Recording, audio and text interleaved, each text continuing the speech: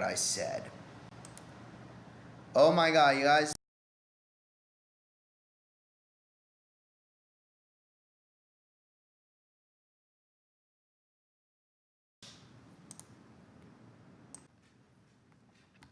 Wow, I have that bad habit of not making sure that my audio is loud and clear for everyone to hear. So yeah,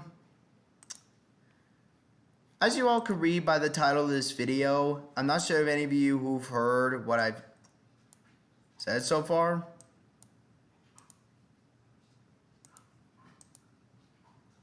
Yeah, as you all could read by the title of this. Yeah, I'm sorry if you're hearing the echo of the stream, but yeah, as you all can tell by the title of the video, where I'm gonna be talking about why Disney why is Star Wars Legends not important to Disney, because I have been reading your chats, Vent, and I do. Yeah, I know, Vent, and I'm gonna recap of what I've said. I did read Vent Light's comments in the stream, which he does have valid points. Disney should tap into the lore of Legends, like maybe making a movie series of based on Legends of where Chewbacca dies, and Anakin Solo has to, you know, how Han Solo, how he copes with the death of his long life friend, and the fact that he blames his son, painting the Millennium Falcon purely black to honor Chewbacca, or tapping into the lore of Grand Admiral Thrawn, who is by far the greatest Star Wars villain in Legends, or even the lore of the Yuuzhan Vong War arc, which many Star Wars fans speculate that was by far the darkest arc in the Star Wars lore, but that's just my opinion. Or talk about the arc of Darth Revan, how he was once a great Mandalorian Jedi who then was corrupted by the dark side, who later got redeemed and returned to the Jedi Order. Like, don't get me wrong, I love the new Disney canon. Don't get me wrong. I love the lore. I love how Disney actually explains like what Obi-Wan has been doing during the events of 3 and 4, or what Darth Vader did when he discovered Luke was his son during the events of 4 and 5, or the same thing with how Luke was doing and trying to reconnect to the Jedi roots of episode 4 and 5 and actually learn to be a Jedi without the guidance of Obi-Wan Kenobi.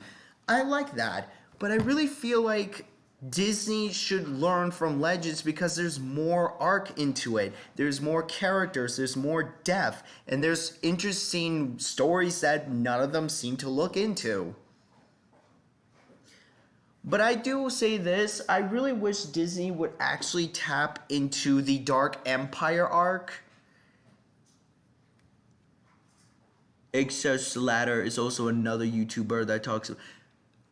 I think I have heard of him, Vent. It's just I need to look into more Star Wars YouTubers aside for Star Wars Theory, which I am hearing that he is talking about Legends. I haven't watched his content as of late due to work and life, but I have been hearing that he is doing Legends, I think.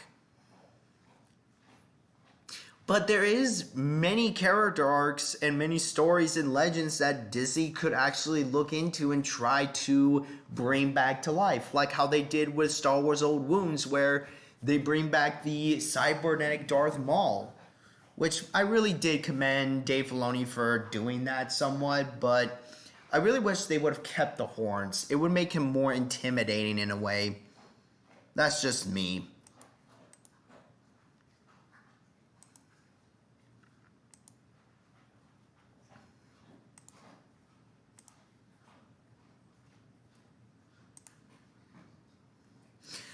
I don't know. Maybe I'm just being a little skeptical at the moment. I'm just both Disney and Legends have brought back. Yes.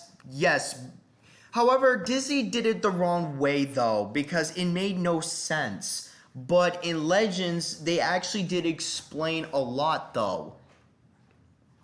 Like in Legends in the Dark Empire, it was explained to Palpatine that he wanted to be immortalized. He wanted to be the only Sith Lord that can live forever. So he secretly cloned his body, so in case if he died, his spirit can transfer into the clone, and he will still live on. But however, in Legend, yes, Legends did do it way better because they actually did a very good explanation of how he did it. He actually did it like years and years ago. Disney, however, it was just poorly done. That's all I had to say. It was poorly done. I don't know, but I really feel like Legends did a better job of bringing back Palpatine. But the fact was, it wasn't the Skywalker family who ended Palpatine once and for all. It was this certain Jedi. Oh god, that certain Jedi, I cannot remember. He was that giant sphere-like cyborg with a giant head like MODOK. But I don't know. But the way that Disney did it with Palpatine's return was poorly executed. Yes. Well, not Palpatine, but a Jedi. It was an aged Jedi Knight or a Jedi Master that turned into a cyborg. I know who you... Oh, you do know who I'm talking about. Okay. But yeah, like, he sacrificed his life to take Palpatine's spirit and just, to die. So that way Anakin Solo, or was it Jason Solo? I don't remember, but I think it was Anakin Solo who was born, and Palpatine wanted to use Anakin Solo's body as a vessel.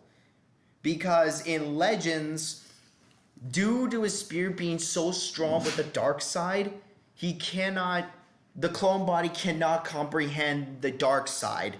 It will slowly corrupt the body and shrivel it up like how he looked in episode 6, but worse. But I did commend Disney for trying to follow the Dark Empire arc, but I really wish they would have. But the really problem for me was Disney totally ruined Luke Skywalker's character in The Last Jedi. Now, I get why they did that, so that way they could humanize Luke Skywalker to show that he does have fear, and he let fear get the best of him, but how they did it was the wrong way. They should have done like the example of Kyle Katarn in the Jedi Outcast arc, which for those who don't play the video games or read the novels of Kyle Katarn, he was by far the greatest example of how a Jedi who tapped into the dark side but yet learns from his mistakes and be what a Jedi should be. Being able to use his emotions but knowing how to control his emotions, if that makes sense. Which I will make a separate video discussing why Kyle Katarn is the best Star Wars character in my opinion, but I just feel like they done Luke Skywalker a very bad reputation with The Last Jedi. Because in Legends, he did live on. He actually did make a Jedi Order, the new Jedi Order, and it did prosper, and yeah, he went into exile, and he actually fought a deity known as Abeloth, and actually interacted with Darth Krayt, who the one Sith, while in secret, they fought against this being. Which I might have to read that arc in the very near future to discuss that lore, but again, Star Wars Legends has more story and more characters in it that Disney really needs to bring back or try to make more interesting story arcs. Maybe that's just me nitpicking here, class. I don't know.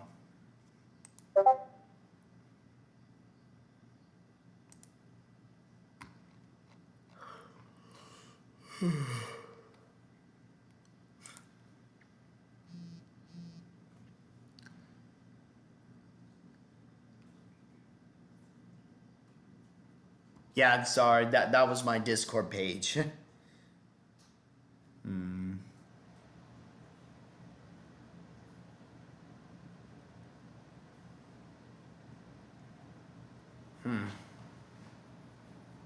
Oh my goodness. But anyways, wow, this Discord died of me just being a nerd and just boring a lot of people. I'm really sorry, class. I don't know. Maybe I just wish that maybe I should do this again next time just to have a clear head and all that stuff. I don't know. No, they never had the inhibitor chips, but it does make sense though. It would make sense because truthfully, that would make sense why they have the inhibitor chip. I think this was originally planned by George Lucas. You know, like that would make sense because the Clone Wars series shows the clones as living human beings, that they humanize the clones. And the inhibitor chips, when hearing that single command word, Order 66, it literally turned them to mindless drones of killing Jedi. All their personality, all their friendships with the Jedi that fought with them side by side, and those who they considered friends or brothers or sisters, it was gone. Like, that really does make sense why they had added the inhibitor chip in there. That's just me.